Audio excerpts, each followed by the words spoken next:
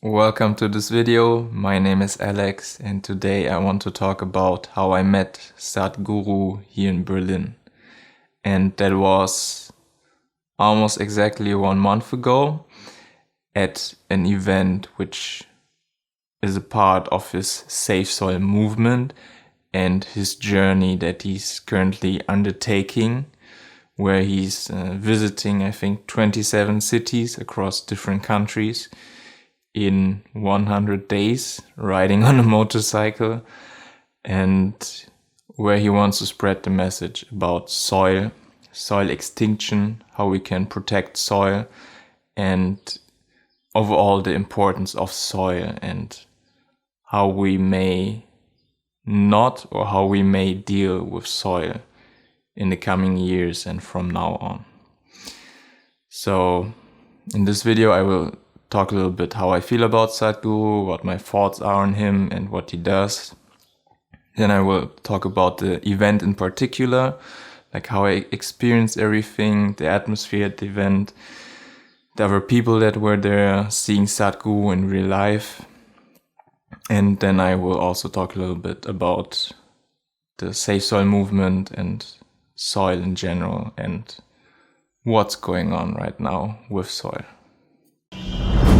Imagine the country you live in being hit by less and less fertile soil, making crop growing increasingly difficult. Sandstorm conditions prevail in the Indian capital, and now there are fears of early desertification of the region. Desertification and erosion are both concerns. 5-6 weeks ago, like 1 or 2 weeks before the event here in Berlin, I think I actually got an ad on Instagram where I saw like, oh, he's actually coming to Berlin and the entrance is for free. So yeah, well, let's check it out and see what he has to say or how the event's going to be. And let's see how it is to see him in real life and to feel his presence and all the other people that are there. And of course, I was also intrigued in the banner of the event, the Safe Soil movement. And I was also curious, like, what he had to say about that. And that's also one thing that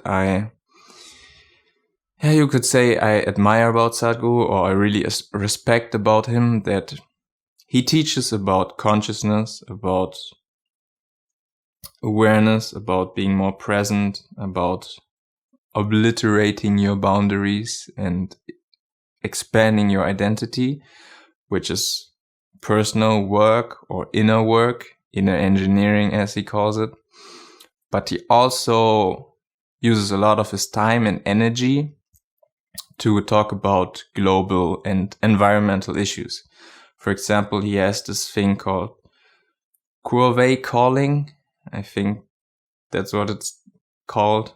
Well, basically it's about protecting rivers, and yeah, there he's also done a lot of work. He also done a lot of work with planting trees and worked with the UN for water initiatives and different kind of stuff. Like I put a timeline here where you can have a little overview about what he's done and what he's doing. And so, yeah, I think that's pretty good, like to talk about inner work, but also how we can change things in the outer world, in the material world, and how we can better everything for the well-being of all beings. Yeah, so then when I was at the event, like it was just very, very nice atmosphere. Like I didn't have like a lot of expectations or anything. Like I was just interested in seeing everything and taking everything in. And then what I didn't expect, maybe because I didn't have any expectations, but there were like a lot of people. I think in the end there were like around 2,000 people. I think someone mentioned that number on stage.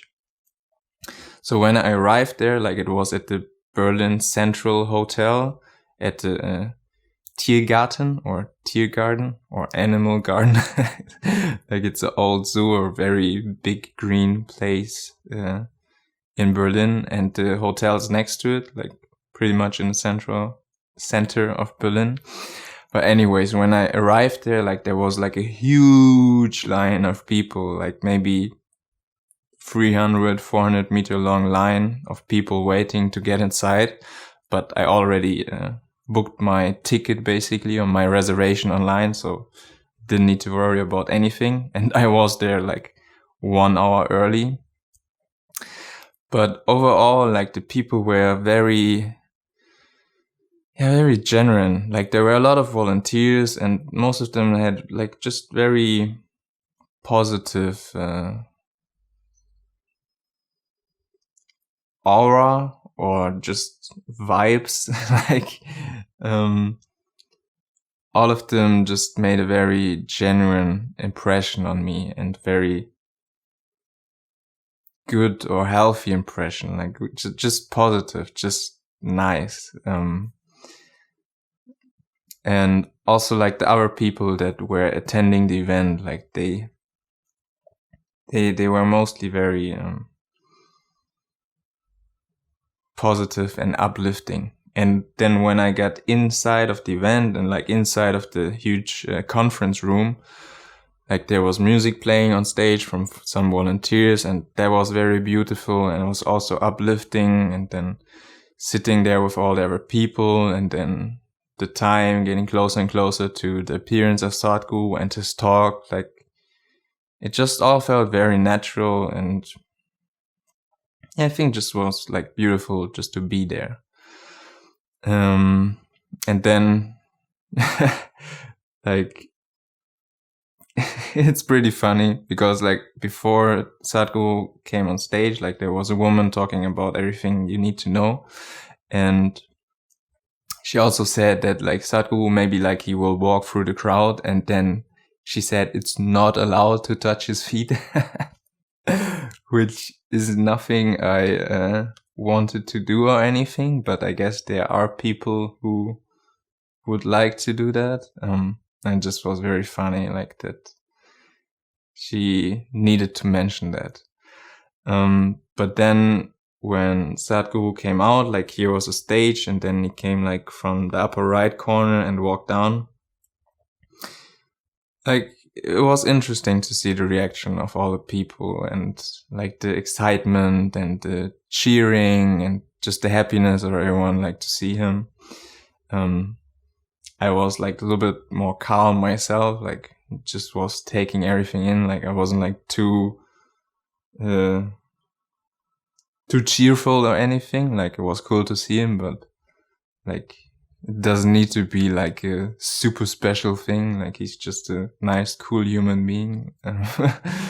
But yeah, then he sat down like 3 rows or something in front of me. And then there was another speaker who was like introducing the event and showing a video. I will also show you like a few clips from that video right now, or like in a few minutes. We are talking about climate change, carbon emissions, and global warming and various other aspects. But we are not addressing soil. Soil is the habitat upon which zillions of lives thrive. Once there is no richness in soil, then you have forsaken the planet in many ways. Every responsible scientist in the world and the UN agencies are clearly saying we have only 80 to 100 harvests left. That means approximately 45 to 50 years of agricultural soil left on the planet. By 2045, we will be producing 40% less food than what we are producing right now, and our populations will be 9.3 billion people.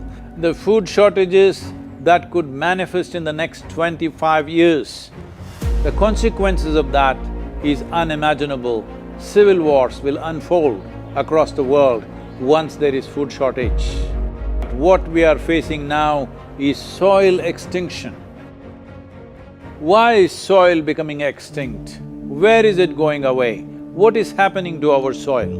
We must understand, if you add organic content to sand, sand will turn into soil. If you remove all organic content from the soil, soil will become sand. In normal agricultural soil, the minimum organic content should be between 3 to 6%. The most minimum is 3%. At least this minimum to keep the soil alive, to keep the soil as living soil is a must. Agricultural soils across the world, the depletion is so heavy, in most countries, more than 50% of the topsoil is already gone in the last 100 years. Yeah, and then there was Toni Garrn, like I don't know if she's still active as a model, but now she's doing like a lot of humanitarian efforts, and she was interviewing Sadhguru, and then after they did like the interview thing and everything else, some questions and answers, then there came also the professor, I think his name's Johan Rockström, and he's the leading professor or something like that from the Institute of Climate Research in Potsdam. It's like a city very near to Berlin. Director of the Potsdam Institute for Climate Impact and Research. And he's doing a lot of work on global sustainability issues. So it was also interesting like to have the perspective from him and to hear the science and the more rational, clear-cut explanations of everything about soil. And yeah, like the event wasn't too different from watching his videos, because there you can also have a great insight into how Sadhguru speaks and what he speaks about. So there wasn't like very much anything new for me, but it was still very nice, like to feel the energy of the room and to see him in person. So with that being said, here's a little video that highlights why we need to save soil right now, or why we need to make efforts in order to protect our soils. And something he also said like during the event, and that I can like confirm from my own experience, like Fridays for Future, like this climate protection movement that Greta Thunberg started. Like I also saw her here at one of the rallies in Berlin.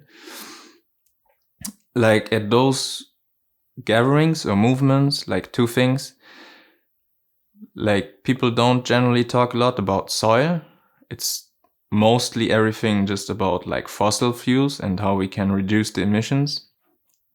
But like people don't really highlight the importance of soil, and soil is just such an integral part of our agriculture and life that the degradation of soil really falls short in all of those protests and things. So it's very good that Sadhguru is doing this movement right now. And something else that he talked about, and I always kind of feel like that or felt like that, is that at most climate rallies, like there's such a